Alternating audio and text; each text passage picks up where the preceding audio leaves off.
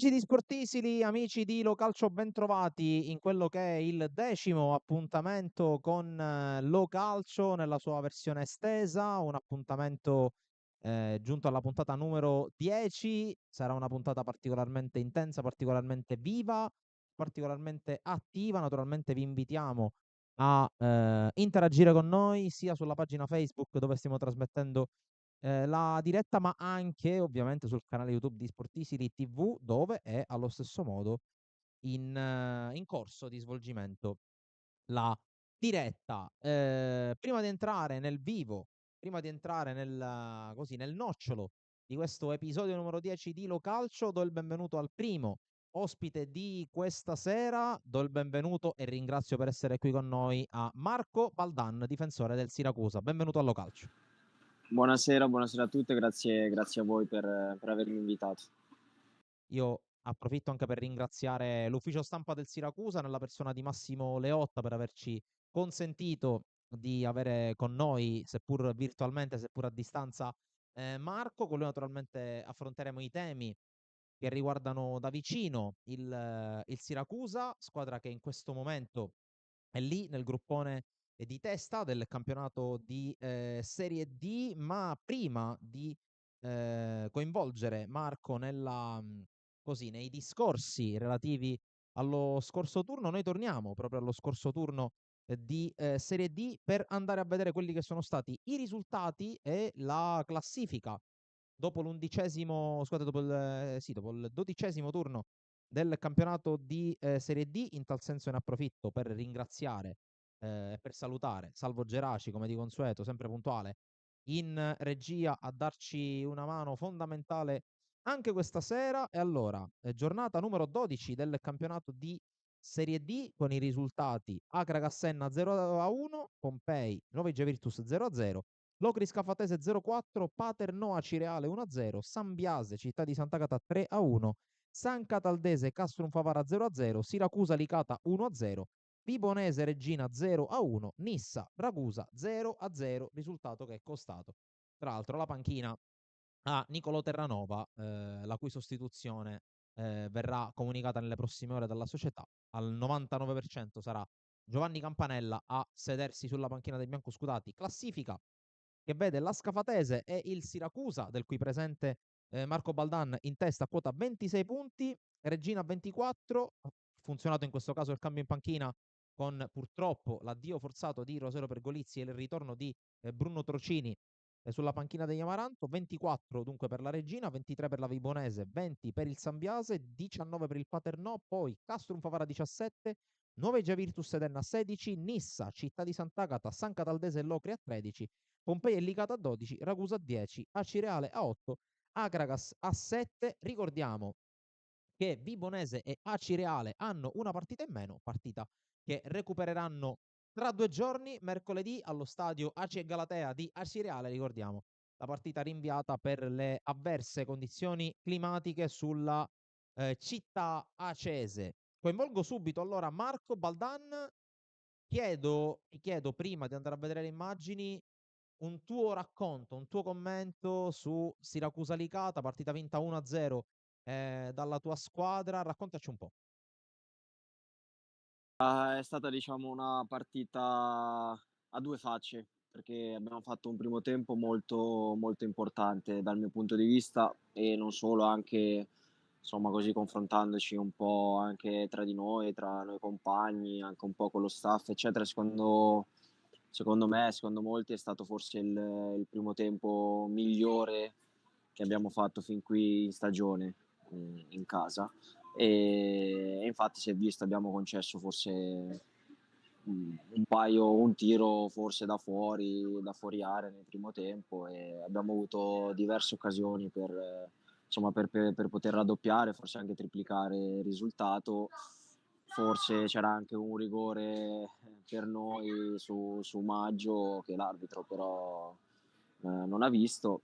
Mentre per quanto riguarda il secondo tempo, al risultato acquisito e forse anche soprattutto un po' diciamo un calo della condizione fisica, perché comunque come giochiamo, il nostro modo di giocare ci porta a spendere molto, perché comunque giochiamo uomo a uomo, gli attaccanti veramente si dannano l'anima, dietro ci prendiamo anche molti rischi, i centrocampisti accorciano spesso in avanti, quindi diciamo è quasi normale, ecco, avere un calo nel secondo tempo. È un aspetto su cui dobbiamo migliorare, quindi soprattutto la condizione fisica, ma durante la settimana ci diamo molto da fare su questo punto di vista, e dobbiamo migliorare un po' magari sulla gestione della partita, in questo caso nel secondo tempo, magari cercare di muovere più palla, più velocemente, o nei momenti magari di maggiori difficoltà cercare un po' di rallentare il gioco, di addormentarlo, insomma portarlo più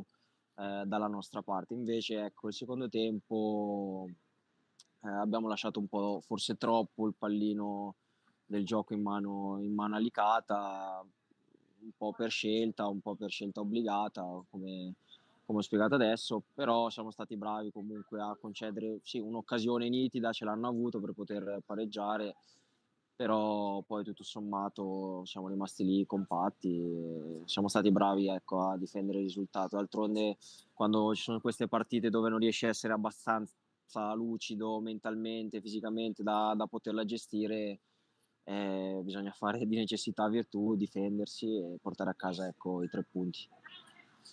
E dunque, dopo questa disamina fatta da Marco Baldan, ci affidiamo alle telecamere della Wii Sport e alla produzione degli highlights di Siracusa Licata 1-0, gol di Candiano a metà primo tempo. Andiamo a vedere le immagini e poi le commentiamo insieme.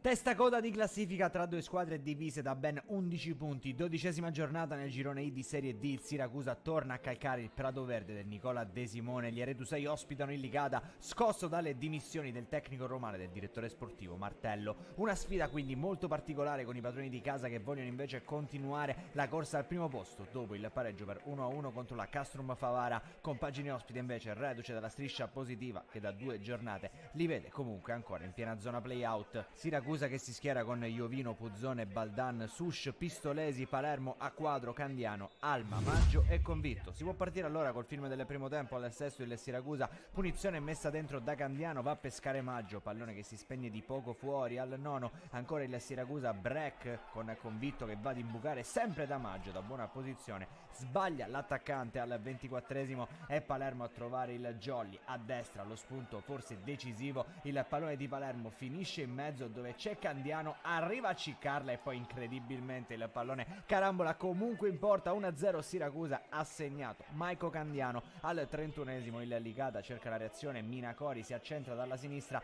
arma la conclusione centrale tra le braccia di Iovino. Al 41esimo lancio lungo, stavolta a pescare Giuliano Alma, cerca la conclusione, il pallone sfiora, o meglio scheggia il palo. 44esimo cross dalla destra di Candiano, pallone che si impegna in area, la sfera dopo una deviazione arriva ad Alma, va a calciare a botta sicura, super parata di Rossi che respinge il tiro destinato alla porta. Finisce invece così 1-0 al De Simone il primo tempo. Siracusa 1, Licata 0. Decide il gol segnato al 24esimo da Maiko Candiano. Possiamo partire con il film della ripresa. Al 53esimo Minacori per Giannone dentro da Ferrigno, si divora letteralmente il gol del possibile 1-1. 59esimo punizione di Convitto alta oltre la traversa, per lui ex di giornata. 65esimo doppio cambio nel Siracusa, dentro Sarao e Di Grazia per Maggio e Alma. 71esimo ancora gli Aretusei a cercare di chiudere la partita. Di Grazia in area di rigore cerca la conclusione con il destro, viene però ribattuta, arriva la seconda di Puzzone che invece sfiora il legno,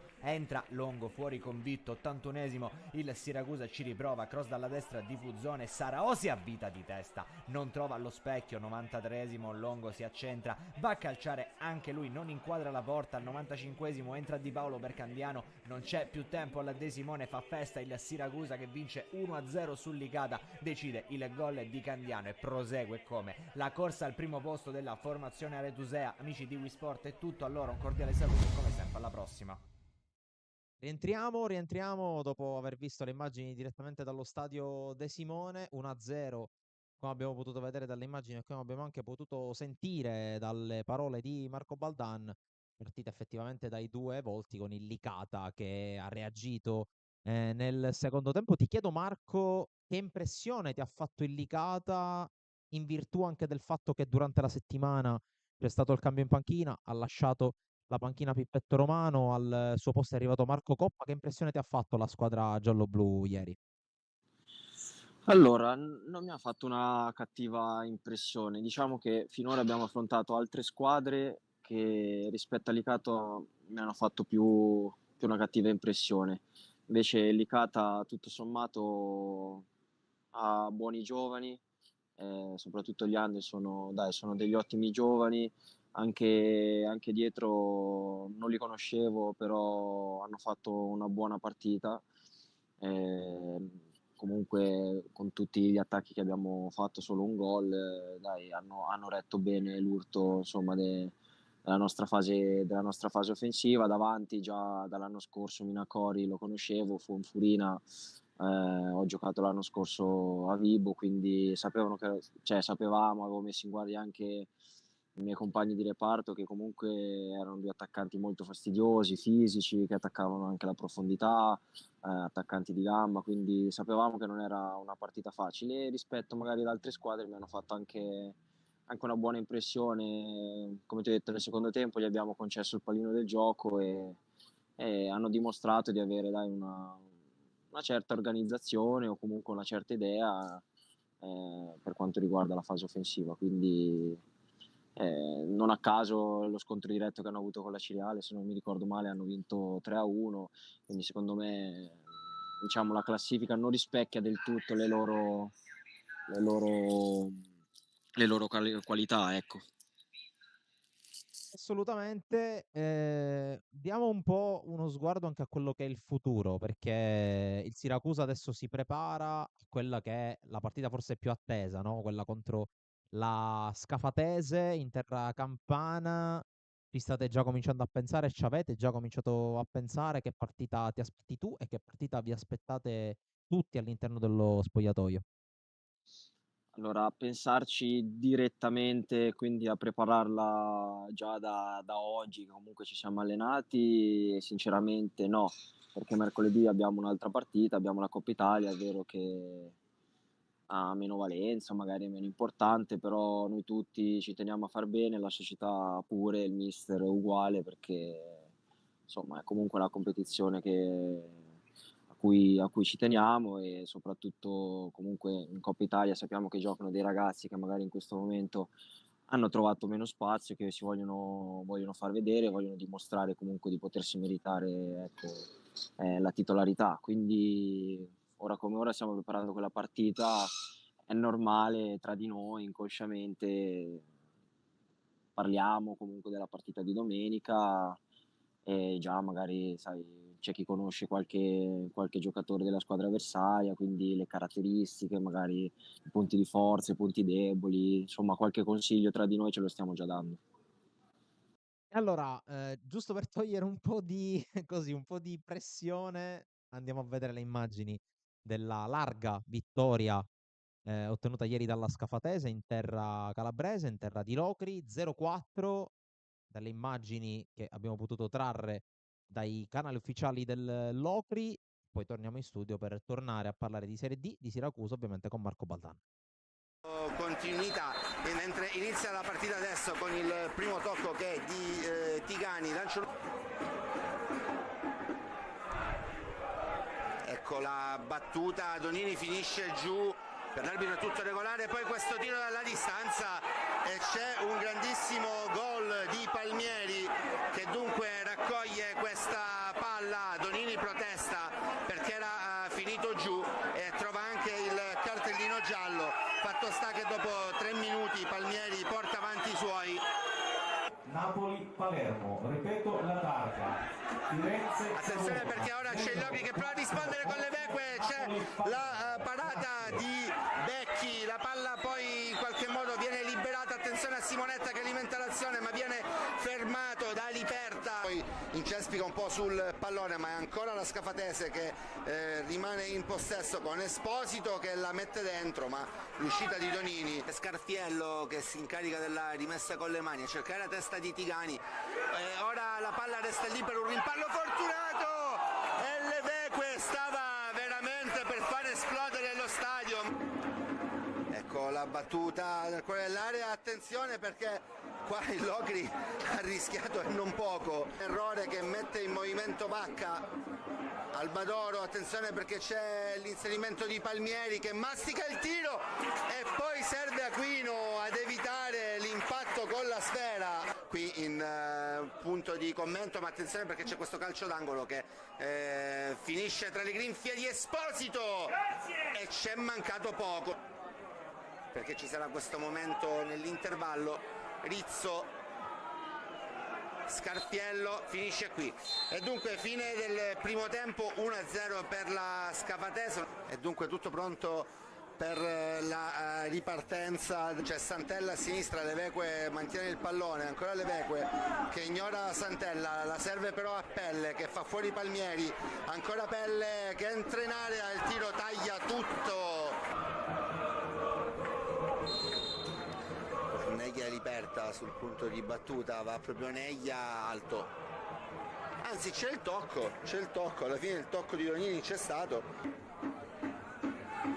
La Scafatese però di nuovo in possesso di palla, Albadoro, Palmieri prova a sganciarsi, Albadoro va da solo, vede Palmieri, eccolo qui Palmieri, il tiro, palo, gol.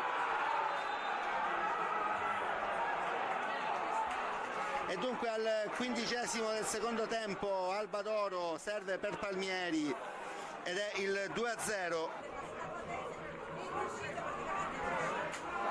E attenzione che qua c'è stato un errore in disimpegno, se comunque ne esce e c'è Vacca che suona la carica lasciando però il pallone ad Esposito, ancora Palmieri che riceve in questo momento, Palmieri poi prova a tirare, c'è il 3-0, si porta il pallone a casa Palmieri. La Scafatese che suona la carica con Gagliardi, ancora Gagliardi prova il tiro alla distanza e c'è stato un pallone smorzato.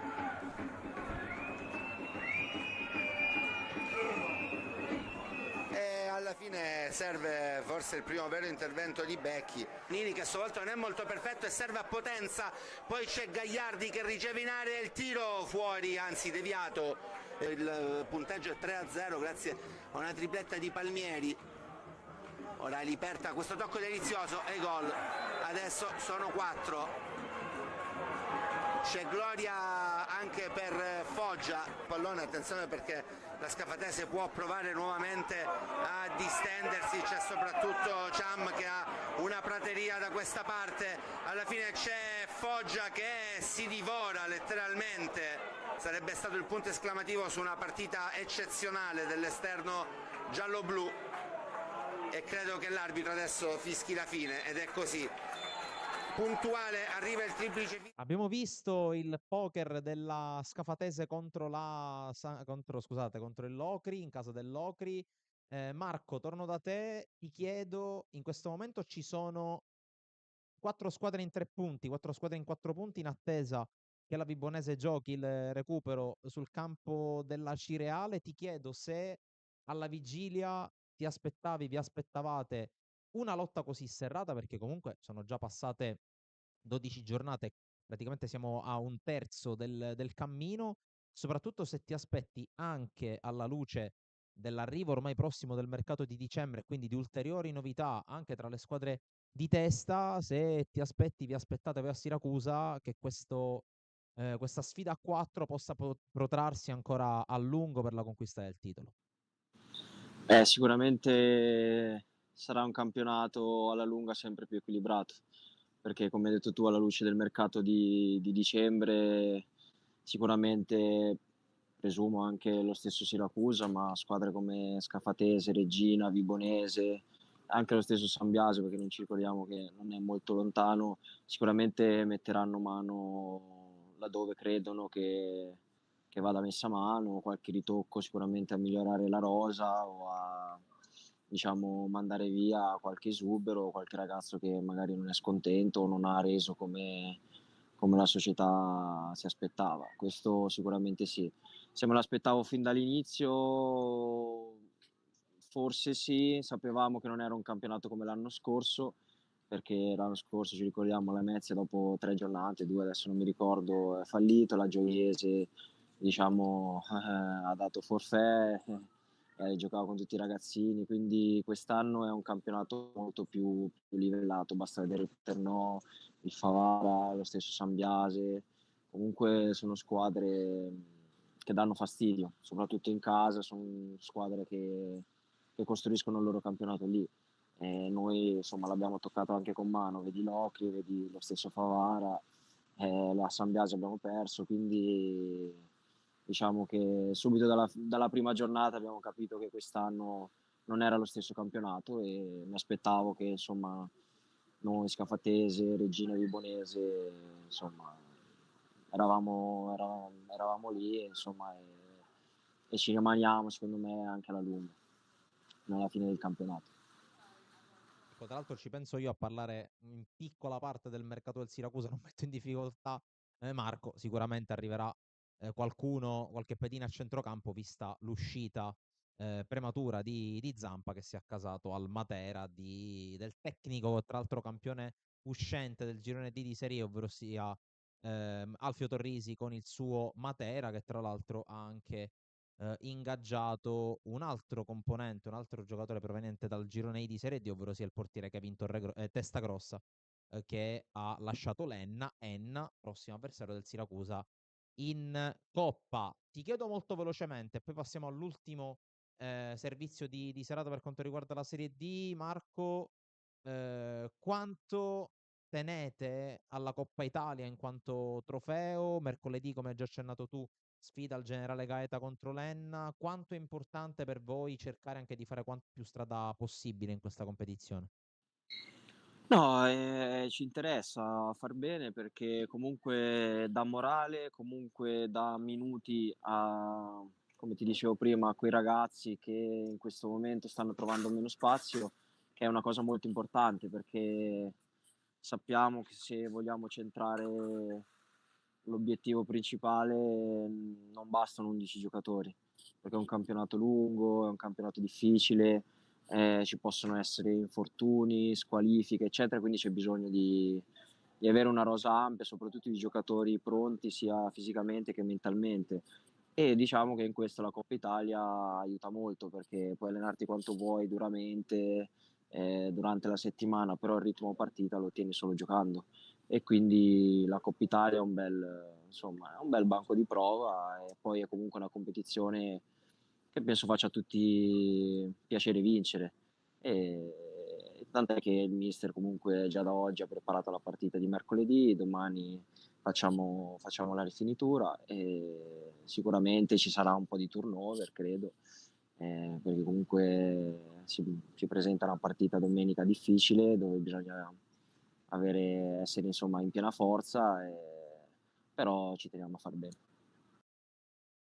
E allora, ultimo contributo di serata per quanto riguarda la Serie D è il derby del Valentino Mazzola tra San Cataldese e Castrum Favara, un punto per parte, 0 gol per parte. Andiamo a vedere le immagini che abbiamo ricevuto dall'ufficio stampa del Castrum Favara, che ringraziamo.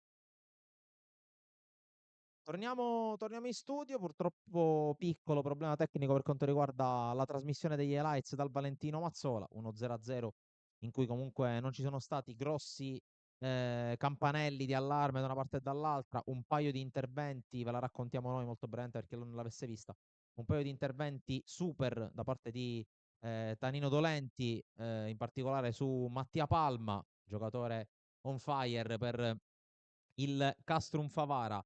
Chiudiamo questo appuntamento per quanto riguarda la Serie D con il cartello della 13ª giornata. Ricordo tutte gare in programma domenica 24 novembre alle ore 14:30, mentre invito Salvo Geraci a mandare in sovraimpressione la classifica, mentre vado a leggere un po' il programma della 13ª giornata, che si apre con Acracas Paternò, poi Acireale Nissa, Città di Santa Catalocri, Enna Sambiase, Licata Vibonese, Nuova Igia Virtus Castrum Favara, Ragusa San Cataldese, Regina Pompei e, per chiudere, il big match tra Scafatese e Siracusa.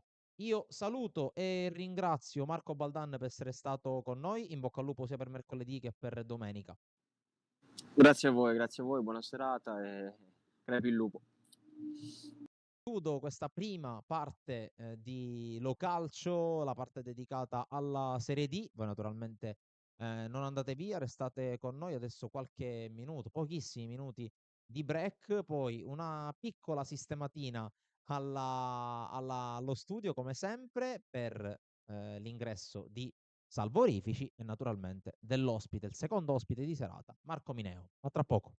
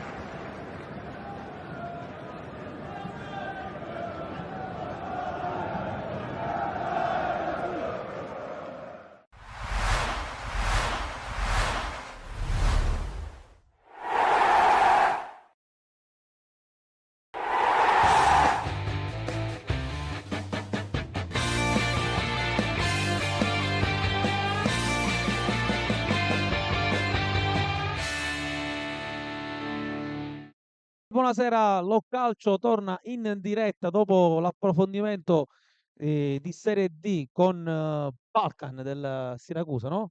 Baldan Baldan. del Siracusa, che è stato intervistato dal buon Francesco Cammuca. Per l'eccellenza e la promozione parliamo con non un allenatore, ormai un opinionista dei nostri salotti, Marco Mineo. Ciao Marco. Buonasera a tutti. Manco i nomi più dei giocatori conosci. Si vede che il padel ti ha preso proprio alla grande. Ma solo perché Baldan non gioca a padel, altrimenti Esatto, già lo saprei. Già lo sapevamo. l'avrei indovinato. Marco, tra l'altro, reduce purtroppo per lui da un'esperienza negativa in promozione in quel di Aspra, noi comunque sia ce lo godiamo nei panni appunto di opinionista, perché comunque sia Marco è uno che di calcio ne mastica a prescindere se siede o no su una panchina, sia che sia di eccellenza o di promozione, quindi con lui possiamo analizzare quelle che sono state le vicende di questo weekend da sabato a ieri, insomma, sui campi di eccellenza e promozione. Tra l'altro ieri siamo andati a vedere una partita insieme di promozione, ma mentre eravamo lì abbiamo seguito anche vicissitudini di altre società di eccellenza. Oggi abbiamo un bel po' di highlights, no Francesco? Abbiamo ben 3 di eccellenza e 1 di promozione che abbiamo seguito io e Marco il Regina Mundi, Sportisili nello specifico il Bagheria, quindi praticamente abbiamo seguito quelle che sono le regine di questo girone di promozione, il girone di promozione che era anche il girone che diciamo sul quale Marco Mineo aveva iniziato la panchina da protagonista con il suo Aspra, che ieri ha vinto e che comunque sta cercando di risalire un po' la china. Marco, prima di andare a analizzare, perché qua da noi funziona che comunque sia partiamo dall'eccellenza e poi arriviamo alla promozione, ti volevo chiedere più o meno quella che è la tua opinione in generale, sia diciamo, dei due gironi, girone A di eccellenza e A di promozione, una panoramica più che altro delle squadre che lo stanno dominando questo girone. Quindi ti chiedo di Athletic Gela Misilmeri, così possiamo dire il girone A di eccellenza, e di Regina Mundi, Bagheria e Montelepe del girone A di promozione. Come hai detto tu, ci sono delle squadre che ovviamente siamo a un terzo della stagione, stanno cominciando a delinearsi i veri valori, e quindi in eccellenza ovviamente io dico sempre che, conoscendo un po' la realtà dell'Athletic, vedo una preparazione, un lavoro dietro sicuramente non da eccellenza. La dice lunga il fatto che hanno come preparato l'Atletico Marco Anastasi e come preparato dei portieri Marco Nonati, che sono due professionisti che in eccellenza c'entrano ben poco. Quindi Raciti sicuramente ha fatto, da questo punto di vista, un ottimo lavoro. Poi comunque stanno finalmente, credo, hanno trovato la quadra per poter andare verso un obiettivo importante che a Palermo sarebbe davvero bello avere. Come hai detto tu, ci sono delle squadre, Misilmeri, che sta facendo veramente bene, ma io l'anno scorso, visto che è andato male quest'anno, anche l'anno scorso poi alla fine del campionato è andata male, mi sono fatto un giro, avevo visto già il Misilmeri tante volte e diciamo Tommaso Napoli aveva dato una bella impronta e sta continuando il lavoro dello scorso anno in maniera egregia. La società è stata brava a confermare lui, a confermare il blocco e a lavorare su quello che può essere un obiettivo anche per loro, di cercare di arrivare il più in alto possibile. Poi c'è il Gela che ha fatto investimenti importanti, tu dimentichi Sciacca e Piana, che secondo me sono quelle squadre che hanno un valore, quelle 5 squadre che hanno un valore in più, qualcosa in più rispetto alle altre, che poi si giocheranno la salvezza. Per l'eccellenza io vengo da quel girone, Promozione. scusami per la promozione, che vengo da, mi sono lapsus freudianici. Vengo da quel girone, ovviamente Regina Mundi e Bagheria, Bagheria e Regina Mundi su tutte, occhio al Montelepre. Io ritengo che diciamo, noi avevamo, quando era Daspra, avevamo cercato di fare una squadra che potesse competere per i primi posti. Maledetto Montelepe per te, no? Maledetto, no, ma maledetto io, diciamo, che ho deciso insieme alla società, quando un allenatore vince una partita su 8 è giusto che fa mea culpa e va via. Credo che hanno preso un allenatore, intanto un amico, e un allenatore che in promozione ha sempre fatto bene, e io spero che loro possano risalire la china. La distanza è tanta, ma gli uomini per farlo ci sono. Di contro io dico che anche ieri ho visto Regina Mundi molto solido, vedo un Bagheria molto solido, vedo un Montelepre che è un po' la rivelazione di questo campionato. Loro tre in questo momento hanno un valore in più, qualcosa in più rispetto alle altre. Vedremo quello che succederà, perché dopo il mercato di dicembre di solito comincia un altro campionato. Sì, chiarissimo. Stavo guardando alcuni commenti perché già c'è la scan, te lo dico. Possiamo dirlo che lo abbiamo invitato anche per questo, perché Sì, siamo là, assolutamente sì. oltre che Volete per... io vengo ogni settimana, mi metto accanto a Salvo. assolutamente là. Assolutamente sì. Se voi ti teniamo in collegamento dal No, posso così. venire, Ma dico, puoi non venire, faccio niente assolutamente. pomeriggio, ma Beh, io direi, Salvo, Sì, facciamo una cosa, intanto facciamo un po' di informazione, diamo i risultati sì, sì, sì. della classifica di Eccellenza Girone A, invito Salvo che risaluto dopo averlo salutato prima, Eccellenza A, 10ª giornata, e che ne sono successe di cose in questa giornata. Poi torno sul Gela perché poi avevo da proporvi un interessante paragone che avevo fatto tra l'altro anche oggi Sì. perché non sei stato ospite soltanto tu in trasmissione, inutile che ti vanti che sei stato ospite. Tra altre cose, Dissannacamento, salvo orifici ospite a TGS, tipo il meme di Spider-Man, possiamo dirlo. Vabbè, comunque, Questi sono dei messaggi graziosi da leggere. poi li Poi le guardiamo. vediamo, poi le vediamo. Assolutamente sì. Risultati 10ª giornata, girone A di eccellenza, Castellammare San Giorgio Piana 1-0, Casteldaccia Athletic Club Palermo 1-2, Città di Gela Super Giovane Castelbuono 2-1, Marsala Folgore 1-0, Partinico Dacia Oratorio Marineo 2-0, Unitas Sciacca, scusate, San Vitolo Capo 2-1, Don Carlo Misilmeri Parmonval 3-1, Lascari Cefalù Accademia Trapani 1-4 per una classifica che vede Athletic Club Palermo in testa a 24 punti. Unica squadra imbattuta rimasta nel girone.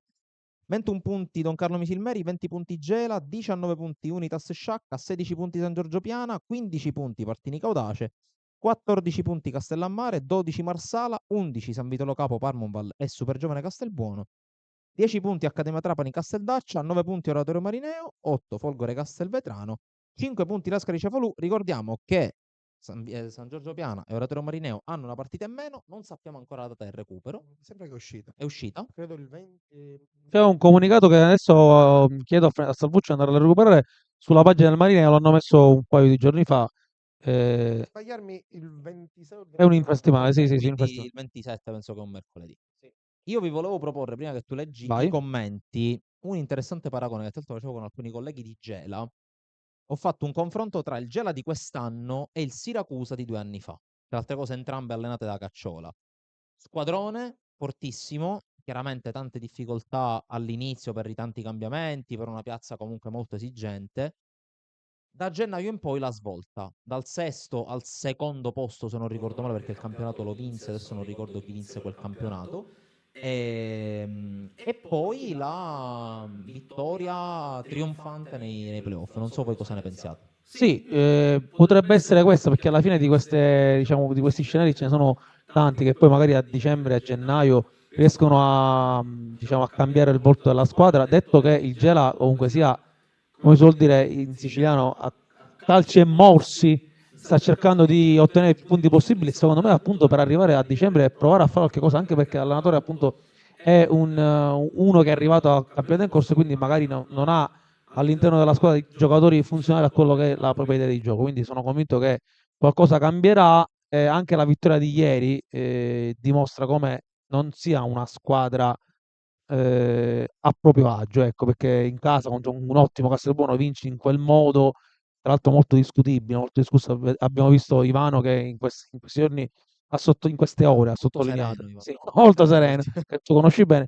Quindi che ne pensi di quello che ha detto Francesco, tu che sei, diciamo, Ci del... sono molte analogie perché Cacciola mi pare che a Siracusa subentrò Sì, all'allenatore di allora, però secondo me qui c'è una differenza. Il Gela qui ha fatto una squadra col blocco Enna fondamentalmente, quindi diciamo avevo l'intenzione di fare un campionato diverso. Poi le cose si sono messe così, io non so quanti cambiamenti faranno. È logico che in questo momento è un po' una delusione perché comunque c'ha un distacco importante dall'Athletic Club. Non sono grandi distacchi, ma parliamo di 10 partite. Il fatto che l'Athletic Club non abbia questo, diciamo, sia riuscito ad andare a fare più punti, ovviamente crea qualche malumore. So che già ieri ci sono stati molti malumori sull'1-1 contro un Castelbuono, così lo dico perché ogni volta non si dice mai che per il secondo anno sta facendo un altro miracolo, addirittura quest'anno secondo me ancora di più perché nessuno se l'aspettava, tra l'altro un allenatore che io vi dico, segnatevi il nome perché farà tanta strada, è bravo, è giovane ed è una persona molto umile, ma a parte la parentesi di Castelbuono, scusate, è un direttore sportivo che per il secondo anno ci sta meravigliando con dei giocatori importanti.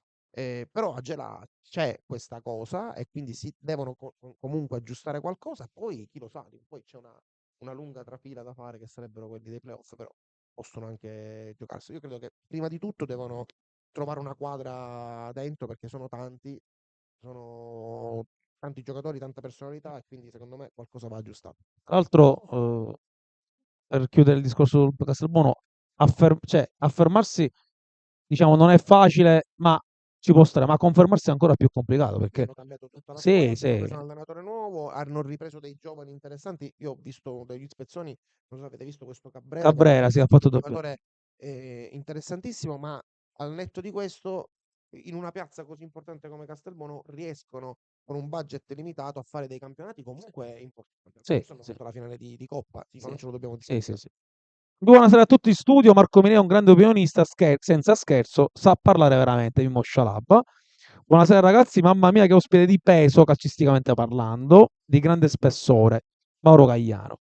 Maurizio Crispiniano, buonasera, date una panchina al mister ed auguro presto anche un incarico a Salvo, persone troppo per bene per non stare in campo, Francesco sempre top. Possono Maurizio Corvini Crispiniano. mettervi insieme tutti e tre e fare chi il team manager, chi il Sì. direttore sportivo, chi è allenatore. Ma pure con le picchie, No. non è quello. Prossimo anno, il prossimo anno torneremo, Maurizio, e grazie per la stima. Stasera faccio un po' qui, un po' da talluto, ho il mio TM Baiamonte di Mimmo Scialabba. Mimmo, andiamo avanti. Francesco Antonio, Marco sei un grande come opinionista. Presidente, non so se è uno scherzo, se è una battuta, se... Io gli voglio bene. Gaetano Cannova, grande Don Carlo Misilmeri, ciao Gaetano. Paolo Calafiero, un saluto all'amico Marco con cui condivido il riposo, spero temporaneo, e un saluto anche a voi. Ciao Paolo, allenatore del Regina Mundi di inizio stagione prima del cambio con Cipolla. Andrea Ingrazia, forza Don Carlo Misilmeri, anche a Manzella, un tifoso della Don Carlo. Ciao Francesco e buonasera a tutti voi.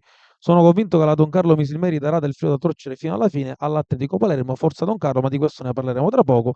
Poi c'è il grande Giuseppe Navanteri che ci aiuta dicendo che quel campionato lo vinse l'Igia Virtus e poi il Siracusa vinse i playoff contro l'Enna. Quindi, grazie Gaetano. Luigi Virtus ai tempi credo che ci giocasse ancora Isgro, non so se... Sì, sì, sì. Ferrara. Sì, Sì. scuola Ferrara, che ora è a Modica. Tra l'altro abbiamo invitato poi al gala che Esatto, abbiamo fatto all'Hotel Villa D'Amato, esatto, del qui esatto. presente Marco Mineo. Ma Partiamo col treno? sì, partiamo col treno, fai tu, lancia. Cominciamo col Fiorilli, cominciamo con la zampatona, perché noi parliamo di Micoli, parliamo di Spinola, parliamo di Di Gaudio, ma c'è un giocatore che per me è sublime, che si chiama Alessandro Prezzabile, Infatti con un che po' di ieri ha gol. fatto il gol da 3 punti e quindi con le immagini prodotte dall'ufficio stampa dell'Athletic Club Palermo, Casteldaccia 1 e la capolista 2. Per mantenere alta la bandiera delle ambizioni, l'Athletic Club Palermo di mister Filippo Raciti nella 10ª giornata del girone A di eccellenza cerca al Fiorilli di Casteldaccio una vittoria lontano dal Favazza che manca dalla trasferta di Castelbuono contro la Super Giovane. I nerorosa si affidano a Micoli e Matera in avanti contro la formazione di mister Pietro Tarantino che viene da 4 risultati utili consecutivi. La prima grande occasione viene creata dai padroni di casa con il pallone scodellato da Palmeri in area di rigore. Il pallone passa, arriva dalle parti di Sferruzza che controlla in area di rigore, se la porta sul destro e calcia colpendo il palo. Il Club Palermo che risponde e lo fa come meglio non potrebbe. Qui Torres scaraventa il pallone in avanti, Spampinato e Gambino lo contendono a Micoli. Gambino fa un gran regalo al numero 9 Nero Rosa che si invola davanti al portiere con il destro, batte Marra e scrive il gol dell'1-0, ha segnato il Tanche. Sono 3 le reti siglate fin qui dal numero 9 argentino, il secondo gol di fila dopo quello siglato contro il Castellammare.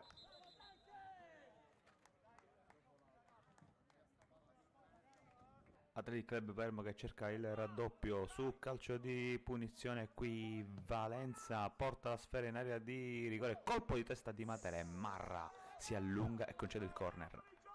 Il Casteldaccia è però vivo e trova il gol del pari con Sferruzza che riceve il pallone, taglia in due la difesa nero-rosa e con il destro batte Romano che tocca ma non basta. 1-1 al Fiorilli. Porta a 7 il proprio bottino personale Giovanni Sferruzza, staccando di 1 Lionel Spinola nella classifica dei marcatori. Le ultime immagini del primo tempo, seconda frazione che si apre con il calcio di punizione di Valenza. Qui Marra smanaccia, pallone che poi arriva dalle parti di Sangaré che in area di rigore calcia, Marra ancora reattivo e poi Torres spara alto. Ancora Tedic in avanti alla ricerca del gol del vantaggio. Qui Bongiovanni tocca per Spinola, il cross in rigore e Micoli di testa, vola Marra e devia in corner. Casteldaccia che si rende pericoloso su palla inattiva. Qui il pallone giocato in area di rigore ed è Mocciaro che con il destro non trova la porta, difesa da Romano. Occasione ghiotta per il Casteldaccia. Occasione che si presenta anche alla formazione nero-rosa. Qui il pallone giocato dalla sinistra, Micoli chiude con il sinistro e non trova la porta di un battuto Marra. Quando tutto lascia presagire al pareggio arriva la svolta, calcio di punizione sinistro di Valenza in area di rigore, Marra smanaccia ma non è abbastanza perché arriva Alessandro Prezzabile che di testa deposita in rete il gol del 2-1. Tutta la gioia del numero 33, gol che vale 24 punti in classifica, primato solitario della formazione di mister Filippo Raciti.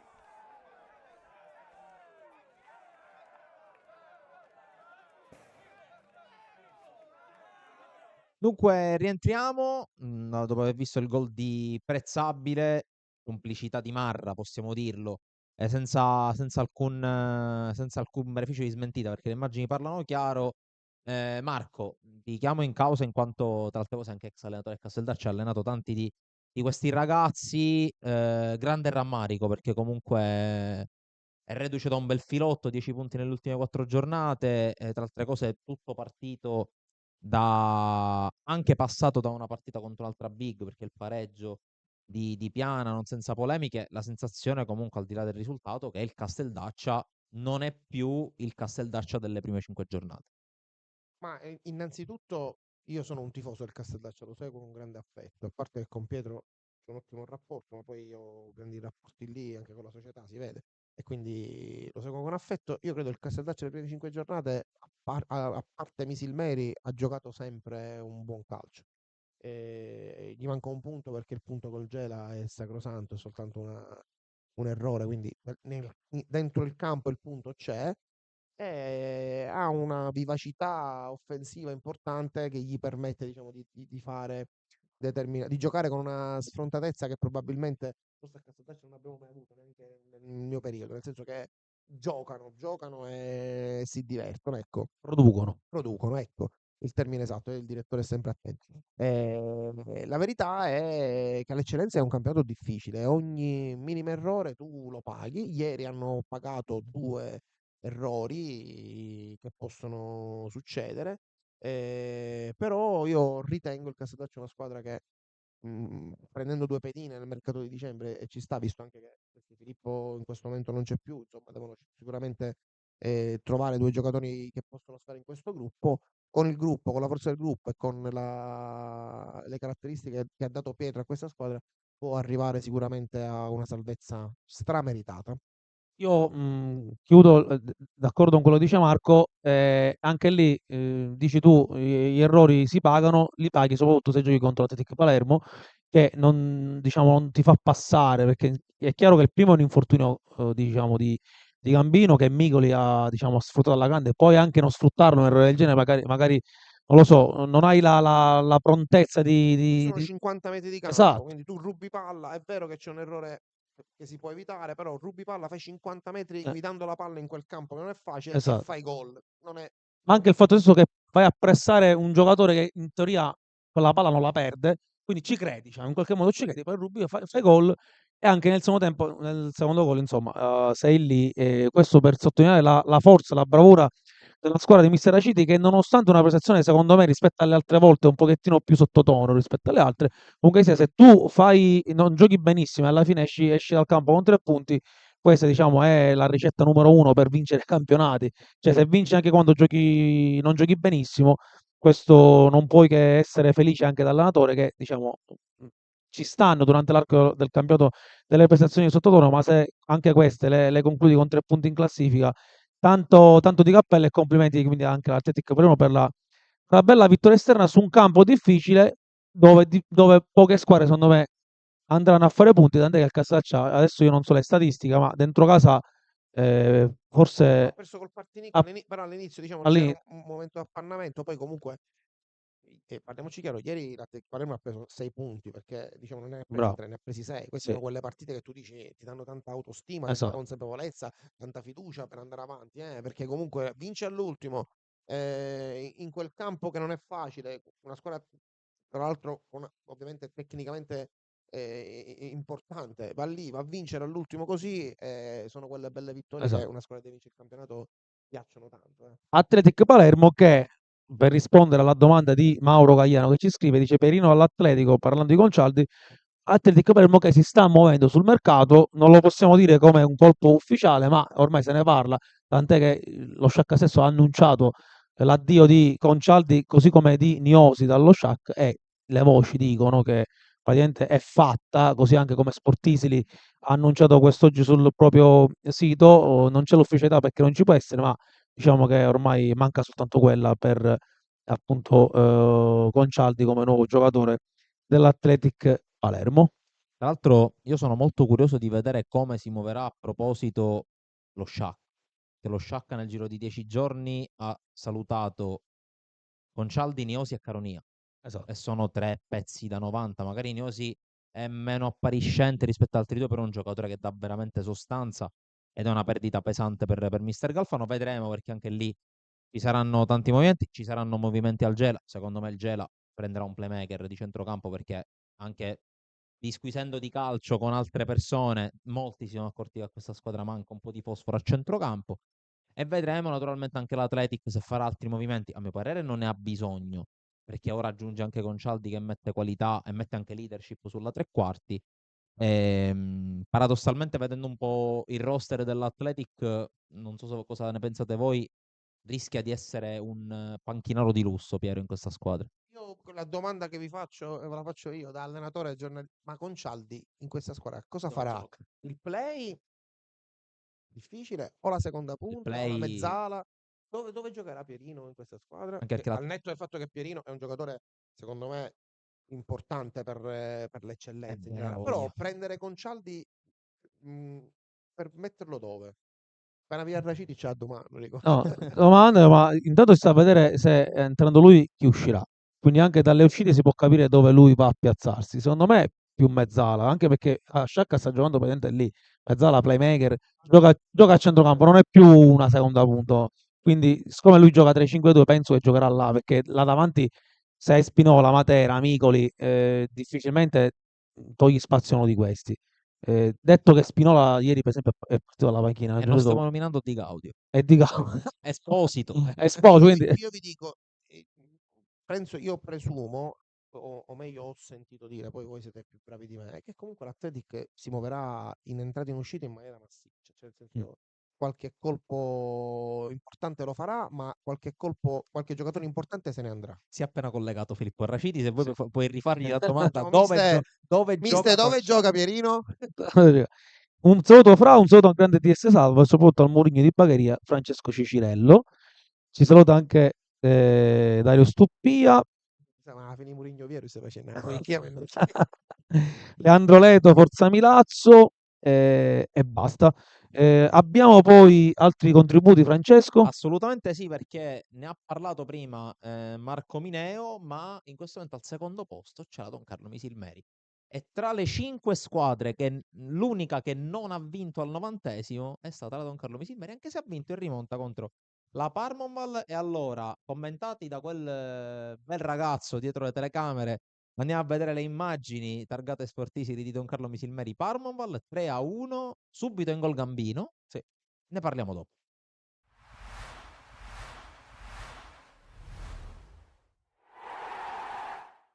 Amici di Sportisili, ciao da Salvo Geraci, siamo live dal Giovanni Aloisio e Don Carlo Misilmeri Parmonval, giornata numero 10 del Girone A di eccellenza siciliana.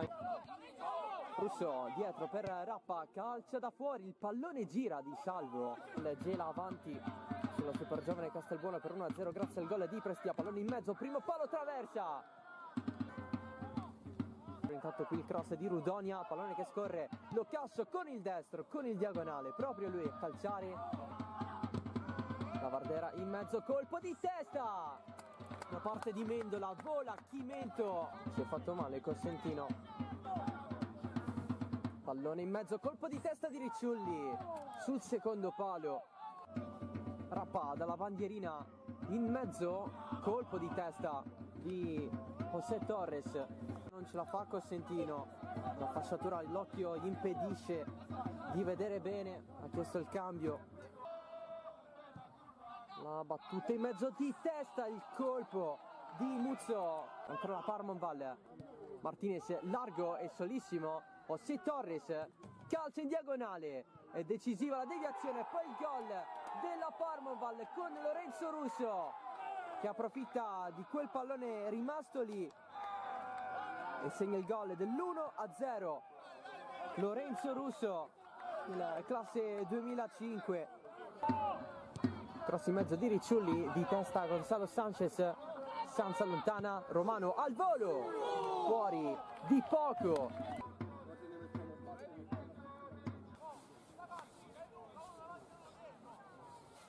Tiro da fuori di Sanz.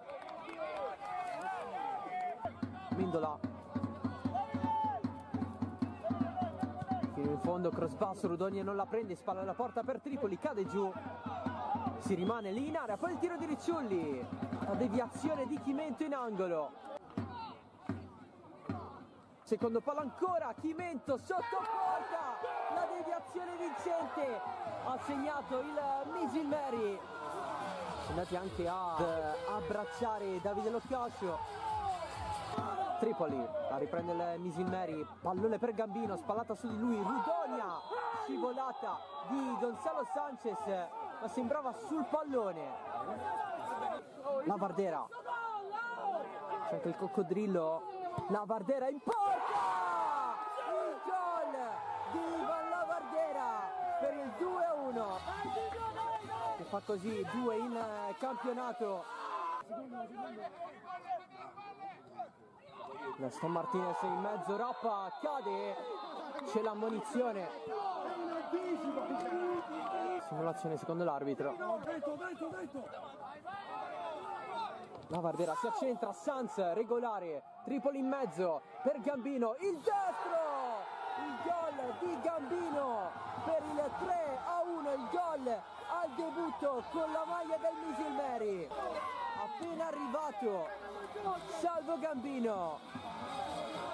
Un po' di spazio, questo finale alla Parmonval, Gonzalo Sanchez in profondità, troppo per Gaston Martinez. Ed è ufficiale il 3-1 della Don Carlo Misilmeri sulla Parmonval.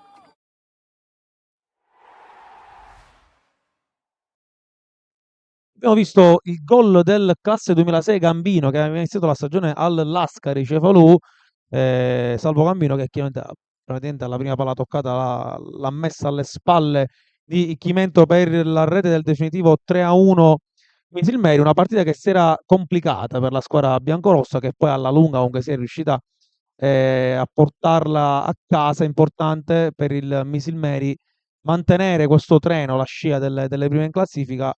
Diciamo che i nostri ospiti, tutti, anche dal primo, quando si cominciava, quando era, diciamo, le cominciate del campionato, parlavano di un Misilmeri, nonostante le iniziali difficoltà, che alla lunga sarebbe uscito fuori, perché allenata benissimo da Tommaso Napoli e, come ho detto l'altra settimana a Luigi, secondo me la società ha fatto veramente un mercato importante ed è sempre una società, una squadra. Io parlavo anche con Luigi l'altra volta, sia in diretta che ai microfoni spenti. Luigi è un direttore che segue i giocatori, quelli che vuole, li segue con video, con telefono, cioè è uno che si vede. Mi ha parlato di un episodio di un ragazzo che si vedeva le partite di questo ragazzo che giocava, mi ricordo, in Sardegna, Muzzo mi pare che era. Sì. E lui sognava che questo giocatore potesse arrivare a Misilmeri, che non se lo sarebbe mai aspettato. Poi dice: sono andato a prendere all'aeroporto, quasi non ci credevo, cioè come se fosse tipo il Milan, veniva, che ne so, Kakà. Questo per farti capire la passione che c'è da parte di un direttore che ci mette appunto passione e anima e poi riesce nell'intento di concretizzare in questo caso un acquisto. Quindi questo fa la differenza, secondo me, Marco. Tu sei uno che nasce sotto questo credo, diciamo, parlo di ricordo San Isidoro, il Castellaccia stesso, il Geraci, il Bagheria, quando la passione è quella che fa la differenza. E in questo caso il Misilmeri penso che possa appunto essere l'elemento che può permettere alla squadra di essere attaccate a due professioniste come Gela e Athletic. Ma intanto il Misilmeri rinasce, se mi posso permettere, Sì. dalle ceneri della gestione Cottone, nel senso che c'è un Misilmeri prima di Tomasino e un Misilmeri dopo Tomasino. Nel senso che quando poi si sono ricompattati, diciamo, il gruppo di Misilmeri, non è che tutto è stato facile, nel senso che hanno preso Tumminia, le cose non sono andate bene. Secondo me la scelta, perché poi dice l'allenatore non conta, se tu prendi un allenatore importante e gli dai le chiavi di casa tua, gli dici arreda casa tua, fai quello che vuoi, e l'allenatore ti traccia una strada e il direttore o l'allenatore tracciano questa strada, poi tu vedi che i risultati prima o poi arrivano. E l'anno scorso, ripeto, io ho seguito molto il Misilmeri, aveva già una base forte dove lui è riuscito a mantenere, dove loro sono riusciti a mantenerla, e la bravura può essere andare a prendere quei giocatori, ma la bravura ancora più grande è stata che all'inizio avevano delle difficoltà, hanno cambiato quei giocatori che non stavano facendo bene o che davano qualche problema, hanno rimesso i giocatori, hanno ricominciato a pedalare. Sono una squadra che gioca bene a calcio, che è ben allenata, che è un allenatore importante e che è una società. È una bella società con gente diciamo, che è appassionata, che ha voglia. Io mi ricordo quando ci incontravamo nei derby di Coppa, Don Carlo Misilmeri e Bagheria, ed era già un piacere affrontarsi perché era una società che si vedeva che aveva un futuro. Ecco. Io me la ricordo un primo turno di Coppa Promozione, se non sbaglio, al Ribolla con Grimaudo che fece gol tipo da tre quarti campo. Noi abbiamo, vabbè, lasciamo stare, una delle partite più brutte della mia vita. Prendiamo un gol, il 2-0, subito dopo partiamo in centrocampo e Grimaudo ruba una palla, non è ruba, sbagliamo un passaggio e Grimaudo tira di prima da centrocampo e fa un Eurogol mostruoso, sì. E poi finì 4-3 perché a poco gliela pareggiavamo, Sì. passavano il turno se pareggiavamo comunque. Sì, per dirti, questo era un derby di Coppa, ma ce ne sono stati altri. Potevi ricordare un derby che abbiamo vinto a Bagheria 3-0? Noi, no, e ti hai ricordato quello che abbiamo perso? Perché forse non c'ero quella volta. In amico, sì.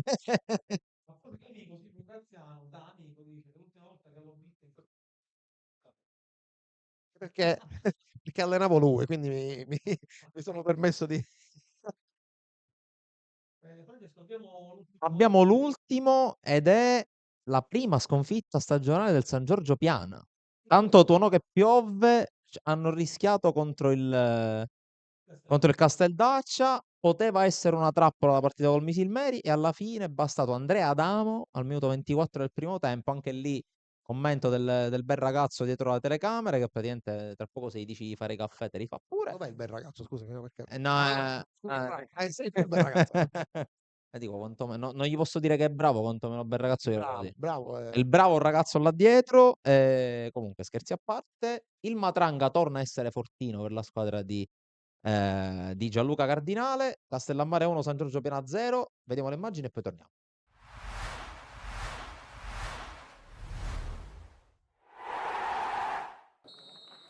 Nell'anticipo della 10ª giornata del girone A di eccellenza siciliana basta una rete di Adamo al Castellammare per battere un San Giorgio Piana che incassa la prima sconfitta storica nel massimo campionato regionale. Assenze pesanti per Cardinale, out Urso, squalificati Frisella oltre a Danilo Terranova che ne avrà un altro paio di settimane, così come Hantus per Filippo Chinnici. Il primo tiro della partita è per la squadra di casa. Comba calcia al volo centrale per Sisè che impostando rischia qualcosina a ridosso della linea di porta sul pressing di Taibi. L'ex oratorio marineo è alla seconda da titolare in campionato, più tardi lascia partire un mancino quasi da fermo, da fuori stavolta Sisè deve volare sugli sviluppi dell'angolo, Messina colpisce a lato di testa. serie di chance per il Piana che reagisce dopo la respinta della difesa. Il pallone capita a Liga, deviazione sul palo alla prima da titolare per l'ex Sacragas arrivato a ottobre,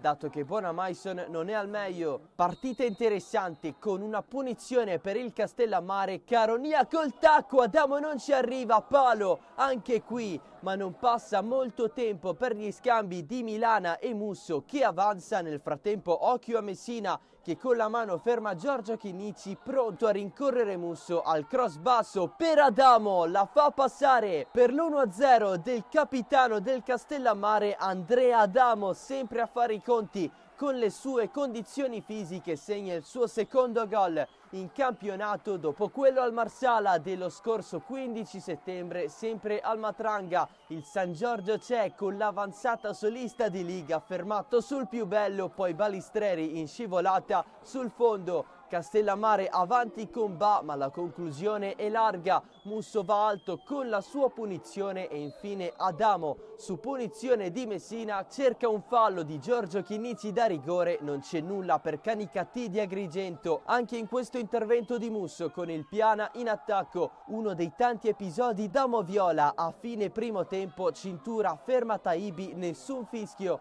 Poi Musso dà un calcetto a cintura e da lì parte un nervosismo che si protrarrà nella ripresa. Prima Liga cade in area con la copertura di Adamo, sempre Adamo anticipa Balistreri, spalle alla porta. Al 57esimo Visconti nel duellare in alto con Taibi cade sbattendo il naso ed è costretto al cambio. Anche Maltese si fa male, tant'è che si deve fasciare la testa, ma questo non lo impedisce di staccare di testa sugli sviluppi di un calcio d'angolo. Al 76esimo intervento di Mattia Terranova su Mattia Scalisi, che a sua volta fa cadere l'avversario. L'azione intanto prosegue con l'1-2 di Maltese e Torres di Paola respinge, poi ancora Maltese, alto, siccome per il fallo e la reazione precedenti la storia non finisce. Mattia Terranova e Mattia Scalisi si prendono entrambi il rosso al 79esimo, dunque si continua in 10 contro 10. Il Castellammare si difende nel finale, angolo per il San Giorgio Piana, Acquaviva allarga per Sinagra, cross in mezzo, Grazi di testa sul palo, il terzo della partita, quello che costa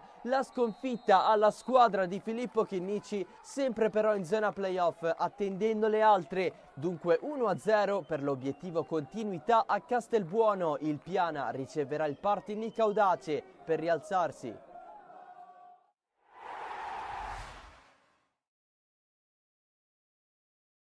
Allora, ritorniamo in diretta col comunicato che il buon Salvo è riuscito a recuperare e quindi il recupero appunto della partita tra Marineo e Piana verrà giocato il 27 novembre alle ore 14:30. Hai sentito? Salvo comincia a preparare tutta l'attrezzatura perché c'è da andare in diretta di nuovo a Marineo. Bel ragazzo, preparati. Bel ragazzo, preparati. Vai, Eccellenza Girone B. Eccellenza Girone B, anche qui doppia cifra, 10ª giornata. Andiamo a vedere i risultati perché c'è già una bella sorpresa, perché la Polisportiva Gioiosa ha battuto il Vittoria 1-0. Poi Città di Aci Sant'Antonio, Imesi, Atletico Catania 0-1, nonostante le gufate di Salvorifici, possiamo dirlo. Rosmarino Ionica 1-1, Sport Club Palazzolo Nebros 0-0, Città di Avola, Real Siracusa Belvedere 4-1. Leonfortese, Città di Mister Bianco 3-3, Mazzarrone Leonzio 1-1, Milazzo Modica 2-1 col gol di Franchina al 95esimo. Classifica Milazzo che con questa zampata di un giocatore fuori categoria, possiamo dirlo, Gabriele Franchina, 25 punti, stacca Modica e Vittorio a 22, la sorpresa Avola di Mister Sirugo a quota 21, poi Imesi Atletico Catena 18, Nebros 15, Leonfortese e Gioiosa 14, Città 10 Sant'Antonio 12, Ionica 10, Sport Club Palazzolo, Leonzio e Rosmarino 10 punti, Città di Mister Bianco e Real Siracusa Belvedere 5, Mazzarrone 4. Ricordo che Ionica e Mazzarrone hanno un punto di penalizzazione che fa rima con promozione. Promozione girone A, Marco, subito. 6-0 il Bagheria ha vinto contro il Folgatore, 4-0 il Regina Mundi ha vinto contro l'altro il Bagheria il 90-0-11. Due vittorie diverse per come sono arrivate. Noi abbiamo visto quella del Regina Mundi che è riuscita a sbloccare soltanto a fine primo tempo grazie a un calcio di rigore trasformato da Marco Clemente, una partita che i primi 25-30 minuti aveva visto un buon Bagheria 90-011 giocare bene al pallone, diciamo l'avevamo anche preferito rispetto a Regina Mundi, però anche lì, così come abbiamo detto dell'Athletic Palermo, una grande squadra è anche quella che compatta se regge le difficoltà e poi alla fine ti vince soprattutto la partita in un modo o in un altro. Ed è questa forse anche una peculiarità che ha la squadra di Mister Cipolla, che ha all'interno del gruppo dei giocatori che hanno già vinto questi campionati, rispetto magari a un Bagheria che anche lì chiaramente è formata da vecchi volponi, e che però poi magari l'unico scivolone che è stato commesso è stato fatto appunto a casa di Regina Mundi, perché magari quel tipo di partita è riuscita a impattarla meglio Regina Mundi. Ti voglio chiedere, detto che molto probabilmente Montelepre, permettendo, sarà una sfida a due tra Regina Mundi e Bagheria, secondo te quale può essere la differenza che può favorire una o l'altra formazione, detto che lo scontro diretto si giocherà in casa del Bagheria, che in questo momento è prima in classifica? Allora, Regina Mundi, la caratteristica principale di questa squadra, lo dicevo ieri a Peppe Vigneri, è che questa squadra con l'allenatore hanno una grande caratteristica: si aiutano tutti, sempre, in ogni momento della partita. Ieri sono andati in difficoltà per i primi 25 minuti, che il Bagheria 911, che ha preso un allenatore giovane, che ha grandi idee, che sta facendo un'esperienza che gli potrà servire, che è Sandro Tarantino, per il suo futuro, aveva cominciato a giocare in un modo che secondo me loro non se l'aspettavano. Lì non hanno concesso granché, però lì si vede la grande squadra. Non c'è, tu non vedi un gioco spumeggiante, ma vedi la grande squadra che sa sempre quello che deve fare. Ha messo all'interno del proprio roster un giocatore secondo me molto forte, che è Mustacciolo. Quindi tu questi qui li vedi sempre lì compatti, che non mollano mai, e c'è da fare la guerra con il capitano in primis e poi tutti gli altri per fare la guerra, perché è questo. Poi la sbloccano per un episodio, la fanno il secondo gol per 2 episodi, e lì possiamo parlare di quello che vogliamo, però la sensazione di forza te la danno in ogni momento della partita. Quanto riguarda invece il Bagheria ha un altro tipo di lavoro fatto dietro, un gioco costruito da Angelo, che è uno che ha delle idee ben chiare, gli piace fare un gioco in un certo modo, ha delle individualità importanti, dei giocatori che sono bravi tanto quanto, nel senso che magari ne hanno vinto qualche campionato in meno, però Rama, Cacciatore, Stassi, Giglio, Lucera, dico, sono tutti giocatori di un certo tipo, Di Giorgio. Lì ci arrivano col gioco, stanno dimostrando che col gioco riescono ad arrivare e a fare bene, diciamo, a vincere le partite. Qualche partita sono andate in difficoltà, ma hanno anche vinto le partite sporche. Io faccio esempio di Montelepre, ancora io ero allenatore dell'Aspra e credo che giocai sabato col CUS e la domenica vidi questa partita. Il Montelepre, il primo tempo, se finisce 3-0 per il Montelepre non c'è niente da dire. Il Bagheria è rimasto lì, è rimasto in partita, ha vinto la partita, e questo significa che vincono anche queste partite sporche.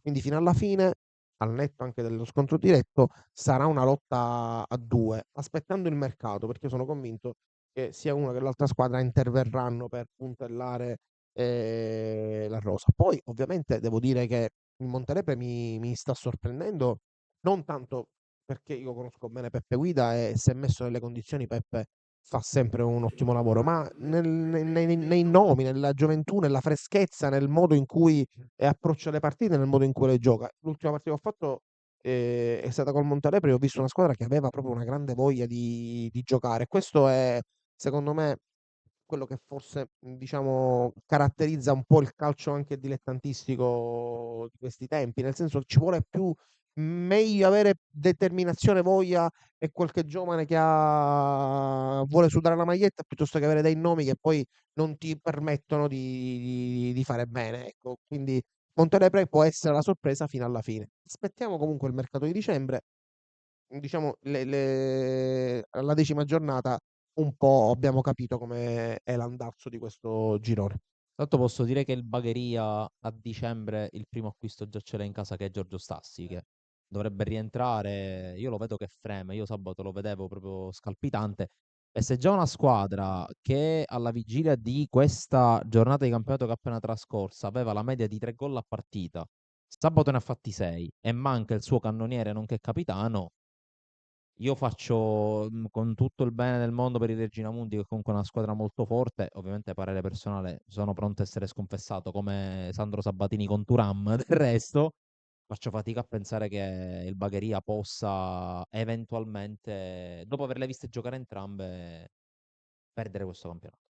Io sono convinto che entrambe saranno promosse, o tramite playoff o tramite Coppa. Io sono convinto che entrambe andranno in Magari eccellenza. tutte e tre, se parliamo anche del Montella. Sì, ma io me lo auguro, per carità, sì. Io sono convinto che 2 su 3 andranno sicuramente in eccellenza e me lo auguro. Per il Bagheria, perché chiaramente manca da questa categoria da un bel po' di anni. Marco, saprai tu benissimo, l'ultimo anno che le Bagheria ha fatto l'eccellenza. Regina Mundi perché sarebbe, penso, la Stai prima volta. dicendo a Marco Mino che è vecchio, non te lo No, no, ricordo. no, allora io sono bagherese, sono tifoso del Bagheria e quindi io ti posso dire dal 1986 fino a oggi tutti i Bagheria che ci sono stati, ma non perché purtroppo ho la malattia del Bagheria.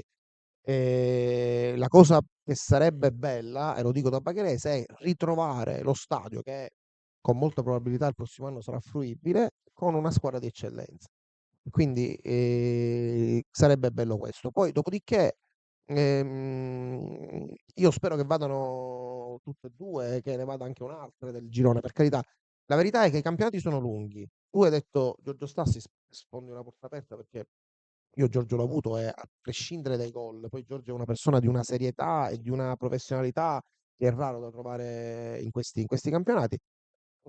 Assolutamente sì. Quindi sono contento intanto che rientra perché è un bene per il calcio.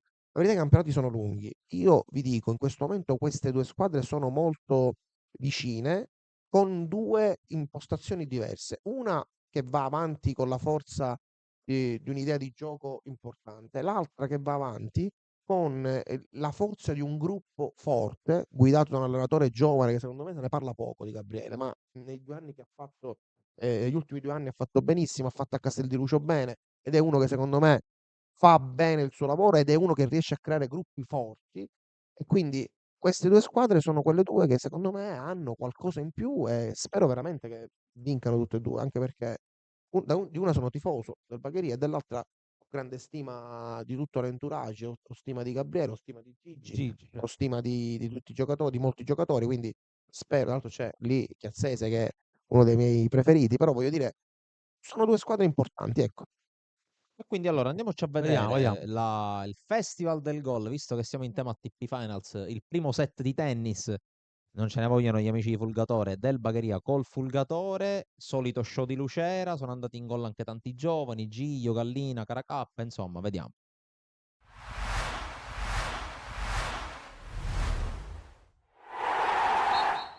Il primo weekend da capolista solitaria può essere speciale, ma può essere anche portatore di responsabilità, specie se di fronte c'è un avversario che tutto è meno che spacciato. Amici di Sportisi, bentrovati da Francesco Cammuca, siamo allo stadio comunale di Bagheria, questa è Bagheria Fulgatore, anticipo della 10ª giornata del campionato di promozione Sicilia Girone A.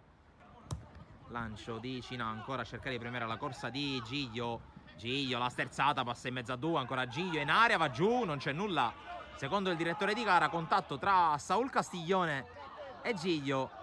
Poi mette in mezzo, cerca Lucera, il controllo, spalla alla porta di Lucera con finta. Lucera fronteggia contro Genna, in mezzo cerca il tacco fiorentino che poi arriva. E la palla esce di pochissimo sul tapin di Fiorentino, occasione Bagheria. Sono in 5 in barriera per il Fulgatore, fischia l'arbitro, la rincorsa di Perricone, la palla bloccata senza grossi problemi da Grimau. C'è il fischio e la battuta del calcio d'angolo, la palla che spiove, non arriva Cina, arriva per primo Andrada che sbuccia il tiro, poi Perricone la difende. Conclusione di Costa e palla che si perde fuori di pochissimo. Passa invece centrale dove c'è solo Andrada. E il lancio di Andrada per Giglio. Giglio prova a prendere velocità, passa su Cirrone, contatto, non c'è nulla secondo il direttore di gara anche questa volta. Intanto occhio alla battuta dalla bandierina di Raimondo Lucera, effetta a rientrare col destro Lucera, per poco non trova il gol olimpico, la smanacciata fuori Grimaudo, calcio d'angolo. Pallone fiondato verso l'area, l'anticipo su Fiorentino, subentra Lucera, ancora Fiorentino, fermato forse con un fallo Lucera, l'arbitro fa giocare, Andrada per Giglio, forse un altro fallo, Giglio! La sblocca Giglio al 36esimo, ci pensa lui, tanto cercato dai compagni nel primo tempo, l'abbraccio con Giorgio Stassi, ma quel che conta di più è che il Bagheria finalmente è riuscito a sbloccarla, è 1-0. Lucera con recupero palla, prova a scucchiaiare dalle parti di Caracappa, controllo e destro! Non può nulla Grimaudo, è 1-2 Bagheria, prima Giglio, ora Caracappa, ancora in gol il numero 8 e 2-0 per il Bagheria. D'Amico, Giovanni Castiglione, lucido, anticipato da Giglio, che poi lancia per Lucera, posizione regolare, grande aggancio di Lucera, Lucera davanti a Grimaudo, Lucera! Cala il tris, Raimondo Lucera, dopo l'assist anche il gol e la dedica per la rete del 3-0, ancora lui, sempre Raimondo Lucera.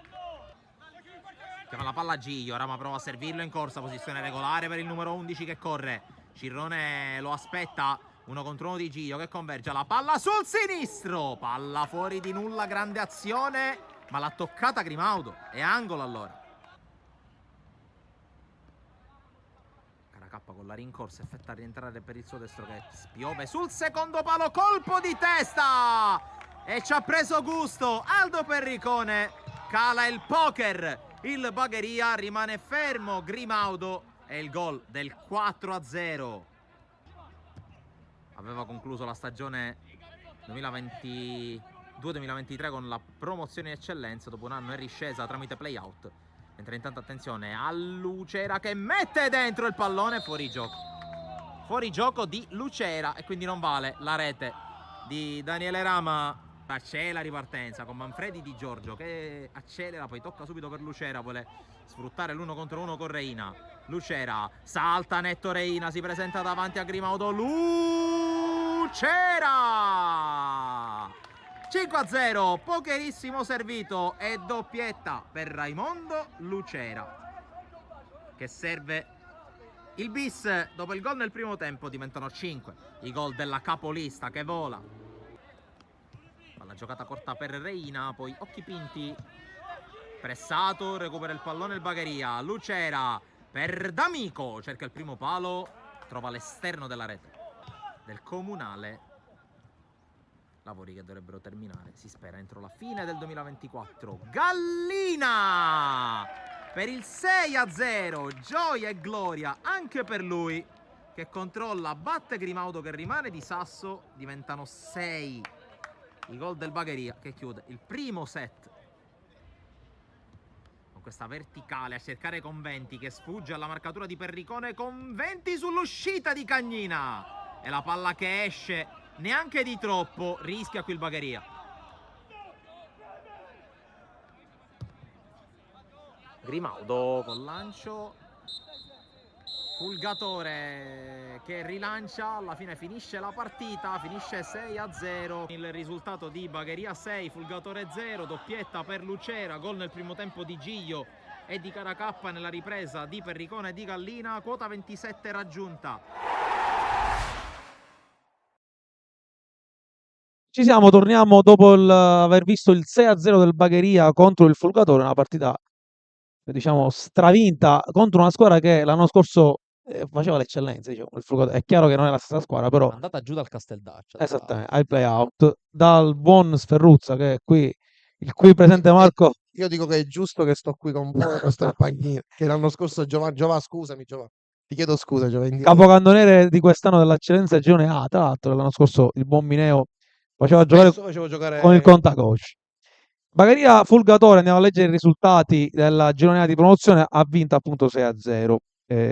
Aspra 4-1 col Mazzara, a proposito di Mineo, quindi l'Aspra ha fatto valere il fattore campo contro il Mazzara 4-1. Fra, quando poi mi levi questa spada. tripletta di D'Agostino e gol di Monti, 2-0 della Margheritese sul PUS Palermo, 4-0 del Regina Mundi sul Bagherino 90-011, 0-0 del Borgetto sullo Sport Palermo contro lo Sport Palermo. Il Montelepro ha vinto 3-0 a Valderice, così come l'Alcamo ha vinto 3-2 a Terrasini contro il Renzolo Piccolo, per una classifica che vede appunto Bagheria 27 punti, Regina Mundi 25, Montelepre 22, quindi sono ben 3 squadre a 5 punti. Poi più staccato il Cusso a 18, 16 Alcamo, 15 punti per Aspra e Sport Palermo, 12 Margheritese, 11 Borgetto e Bagheria 90-011, Pulgatera 9, Renzolo Piccolo Terrasini 6, Valderice 5, Mazzara 4. Io stavo guardando il prossimo turno. Il Sì. prossimo turno c'è Cus Regina Mundi e Sport Palermo Bagheria. Questo è un bel passaggio della stagione. Sì. Marco, io ti volevo chiedere se a questo punto della stagione, giornata numero 10, ti aspettavi una classifica del genere. Lascia stare le due prime che già ne abbiamo parlato abbondantemente. Ti aspettavi il resto, che ne so, per dire il Borgetto Giardinello a 11 punti, l'Aspra a 15, lo Sport Palermo pure a 15. Insomma, se questa classifica rispecchia quello che alla vigilia ti aspettavi di questo girone. No, io non mi aspettavo sinceramente all'inizio stagione, anche perché ero lì, che l'Aspra fosse così attardata. Io ero convinto che con la squadra che avevamo allestito potevamo lottare con quelle due squadre per vincere il campionato. Quindi ti dico con massima sincerità questo. Sul Borgetto Giardinello c'è stata un po' di confusione, un allenatore che è andato, giocatori che sono andati, giocatori che hanno preso, quindi magari ci può stare. Il resto della classifica nei valori sì, una cosa che mi dispiace è vedere il Mazzara per la sua storia calcistica all'ultimo posto, però diciamo nei valori diciamo, del girone, quando si cominciava a parlare di quello che poteva essere, sì, io credo che soltanto la vera delusione, e me ne assumo le responsabilità, è sicuramente l'Aspra. Poi io volevo soffermarmi in particolare, le abbiamo appena menzionate perché saranno le prossime avversarie del 2 di testa, che sono Cus Palermo e Sport Palermo. Lo Sport Palermo sta dimostrando, ovviamente chiedo supporto a Marco se non erro, le hai affrontate, sicuramente lo Coppa. Sport Palermo e il Cus non ricordo se l'hai affrontato. Ho affrontato l'unica partita degna che ho fatto come allenatore Ecco, dell'Aspra. ti voglio chiedere proprio questo, cioè la sensazione che danno è che Sport Palermo squadra molto grintosa, che non molla mai naturalmente sull'onda di Mister Scalia. Cus che invece dà l'impressione di essere quella squadra, come dicevano gli antichi, a cui manca il centesimo per fare l'euro, no? Che è la classica squadra A lira, vorrei ma non gli antichi a posso. lira dicevano, Eh, manco un centesimo per fare una lira. la classica squadra vorrei ma non posso. C'ha dei giocatori importanti su tutti. Stacciolo, che comunque Chi è andato via? è andato via nel frattempo. Per Regina Mundi. Belle L'ho notizie detto poco fa, capitali. non stai attento, Non sto Fra. attento perché... Oppure hai fatto per far vedere se ero attento io. Esatto. Allora, Sport Palermo, squadra esperta con tanta gente di categoria. Io quando l'abbiamo beccata in Coppa ho detto subito questa è una squadra difficile da affrontare. È vero che adesso sono andati via Gambino e Pirrotta Alessandro, ma secondo me hanno una buona base su cui poter lavorare per il futuro, un allenatore di una certa caratura e un presidente molto tifoso. Questo fa sempre bene alle squadre.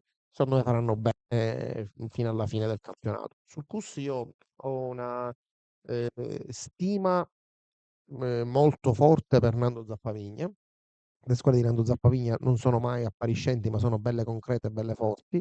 E quindi Nando sa quello che fa. È vero che hanno perso Mustacciolo, secondo me hanno perso tanto, però è una squadra che ho incontrato e che si vede proprio la mano del suo condottiero. E quindi credo anche loro che faranno un campionato. Il problema reale è capire se i playoff si faranno o no, perché se questi mantengono questo, questo, questo filotto di vittorie, poi sarà difficile per gli altri starci dietro, perché comunque loro stanno viaggiando molto forte. Francesco, io ti darei la parola per diciamo, il treno finale dei risultati per poi tornare e chiudere con l'argomento diciamo, che lasciamo al buon Marco. Ho in mente qualche cosa, adesso ne parliamo. Pensavo Dopo... che era un argomento a piacere. No, è un argomento a piacere, assolutamente sì, però prima leggiamo cosa ha fatto la Vigor Gela, per esempio. Esatto, per dire, o tante altre. Comunque, girone B di promozione, anche qui 10ª giornata, Messana Città di Galati 4-1, Promende San Fratello Acquedolcese 0-2, Sant'Angelo Orlandina 3-1, Valdinisi Città di Villafranca 1-0, Mistretta Polisportiva Sant'Alessio 3-1, Nuova Rinascita Atletico Messina 1-3, Aluntina Monforte San Giorgio 2-3 per una classifica che dice Messana 26, San Fratello Acquedolcese 25, Villafranca 21, Mistretta 20, Orlandina 19, Monforte San Giorgio 17, Valdinisi e Promende 16, Sant'Angiolese 15, Atletico Messina 10, poi più giù Nuova Rinascita Città di Galati 5, Aluntina 4, chiude Polisportiva Sant'Alessio a un solo punto. Girone C. Santa Domenica Vittoria Camarat 1-4, Serra di Falco Villarosa San Sebastiano 1-1, Casteltermini Nicosia 2-1, Belpasso Giarre 0-1, Gemini San Pietro Calcio 3-0, Calcio Santa Venerina Aragona 2-2 per una classifica che dice Camarat 22, Giarre 20, Aragona 17, Polisportiva Nicosia 16, Villarosa San Sebastiano 14, Gemini Santa Domenica Vittoria e Calcio Santa Venerina 12, Belpasso 11, Serra di Falco 9, Riposto e Casteltermini 8 punti, San Pietro Calcio 1, Riposto che se non sbaglio sì ha riposato questa domenica. Chiudiamo col girone D perché c'è ancora una squadra a punteggio pieno, ovvero sia il Niscemi che ha vinto 4-1 contro lo Scicli, poi Aci Bonaccorsi Atletico Megara 0-1, Pro Ragusa Giminica Scordia 2-1, Santa Croce Vigorgela 0-2, Aci Catena Frigintini 2-3, per l'appunto Niscemi Scicli 4-1, Noto Calcio Città di Canicattini 1-0, tra l'altro credo che non sia stato omologato il risultato di Priolo e Galatea perché non trovo il punteggio, a differenza per esempio della grafica in cui abbiamo dato il risultato, che credo fosse di 4-4, correggimi se sbaglio Salvo, non mi corregge. Sì, Sei un bel 4 a ragazzo. 4. Ti accorgi, hai fatto così con la È testa. veramente un bel ragazzo, non mi ha corretto. Classifica 30 su 30 per il Niscemi, Atletico Megara già staccato di 8 punti a quota 22, Pro Ragusa 20, Priolo e Vigorgela col Santa Croce a quota 16, Noto 14, Aci Catena 12, Giminica Scordia e Scicli a 10, Aci e Galatea, Aci Bonaccorsi, Frigintini, senza Aci, a 8 punti, Città di Canicattini, quota 7 punti. Pensa all'Atletico Megara che ha fatto un super campionato, 22 punti su 30 totali e quelli hanno 30 punti. Tutte Tu, vinte. e poi dice, sono errato perché non hai fatto... Non hai vinto. Allora Marco, a proposito di esonero e a proposito di società, la domanda che ti volevo fare è quella, diciamo, finale, prima di salutare i nostri telespettatori. È un pensiero che mi frulla in testa da ieri.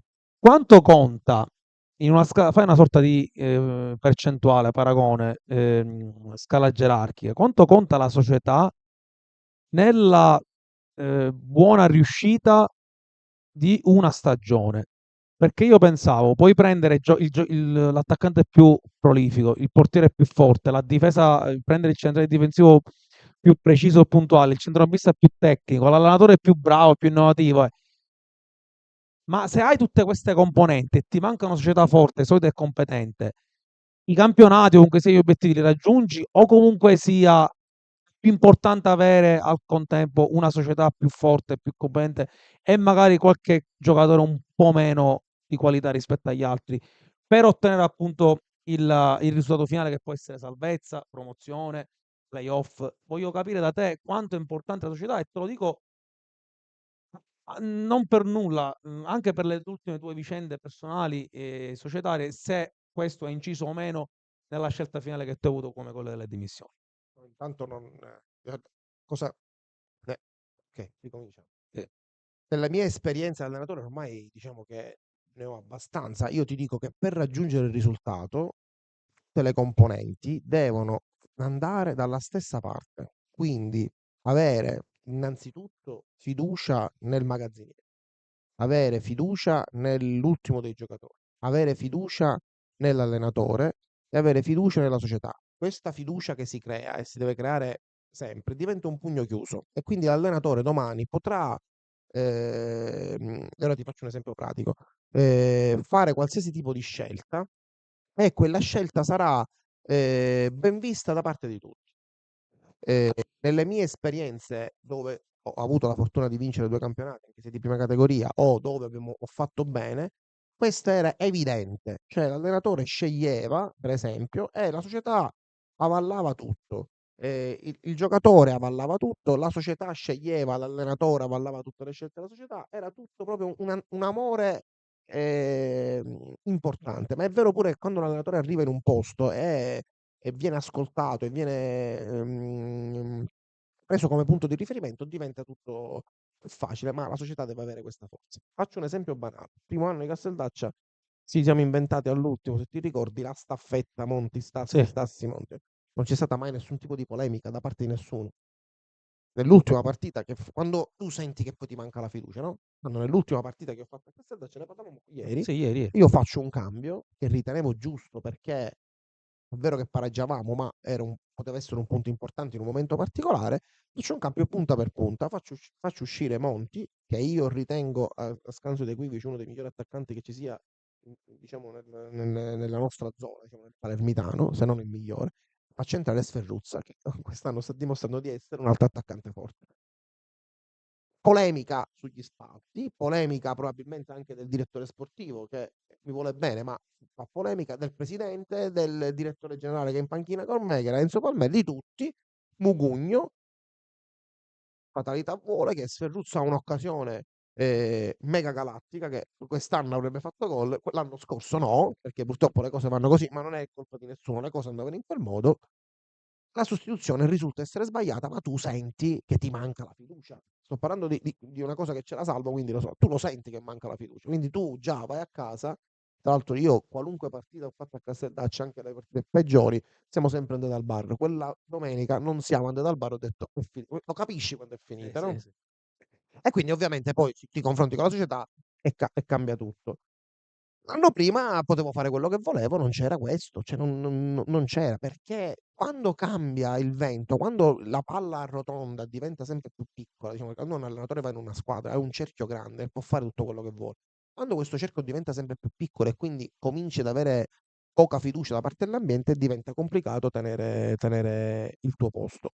Ad Asp è successo diciamo, una cosa diversa, nel senso che io ero convinto di aver fatto una squadra forte, sono convinto di aver fatto una squadra forte, ma c'era qualcosa che non andava, a tal punto che io dopo la partita con Regina Mundi, io non te lo posso raccontare, io ho detto ad Andrea Cipolla, ho detto io devo andare via, che non è fattibile che in promozione una squadra di queste non fa 2 passaggi, o non passa il messaggio, o non vuole passare il messaggio.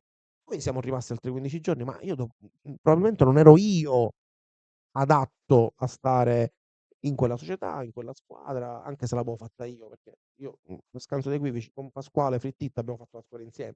Quindi ci sono situazioni e situazioni. La verità è che non c'è una regola. La regola è amarsi, un po' come la famiglia, no? Cioè, nel senso che tu, fin quando hai la voglia di stare con qualcuno, bene. Se tu non hai quella voglia, è giusto separarsi. Assolutissimamente. E non c'è niente di male, nel senso che non è che noi abbiamo litigato perché ci siamo separati o ho litigato con l'altra perché ci siamo separati. Una cosa è certa. I giocatori devono imparare a fare i giocatori, devono essere professionisti nell'animo. Se non fanno questo è un problema, ma questo lo dico non perché voglio andare contro qualcuno e poi dice ma vai contro qualcuno. No, i giocatori a Palermo stanno cominciando a non fare più i professionisti come si faceva prima. Questo lo dico e poi domani arriva il Castelbuono di Manovetra che per 2 anni prende 10 stranieri e ci dimostrano che la fame, la voglia di arrivare è molto più importante del nome. Bellissimo. Ti sono piaciuto? Dobbiamo dire qualcos'altro. A noi Io piacciono penso- questi momenti finali, come l'altra volta è stato di Picone e questa volta Sì, diciamo che ce li sappiamo scegliere io. Esatto. Non voglio fare ovviamente No, sviolinate. ragazzi, se volete vengo ogni lunedì, non ci sono problemi. Dico, mi metto con Salvuccio lì, io faccio il bello e lui fa il ragazzo e siamo a posto. Cristiano dice mister chapeau. Quindi Il Cristiano è un amico mio, lasciate sì. stare. No, ma tutto chiaro. Detto questo, Io penso che sembra quasi copione.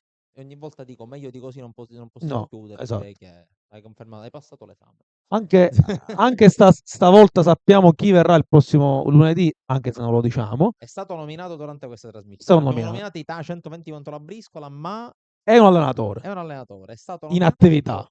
e possiamo dire ha qualcosa in comune con... anzi, no, in realtà no, perché non si sono mai incrociati. Però lontanamente sì, hanno qualcosa in comune. Lontanamente sì, lontanamente. C'è una città che hanno in comune questi due Esatto, signori. una città. Una città. Poi scoprirete... È una città, non diciamo, è una città.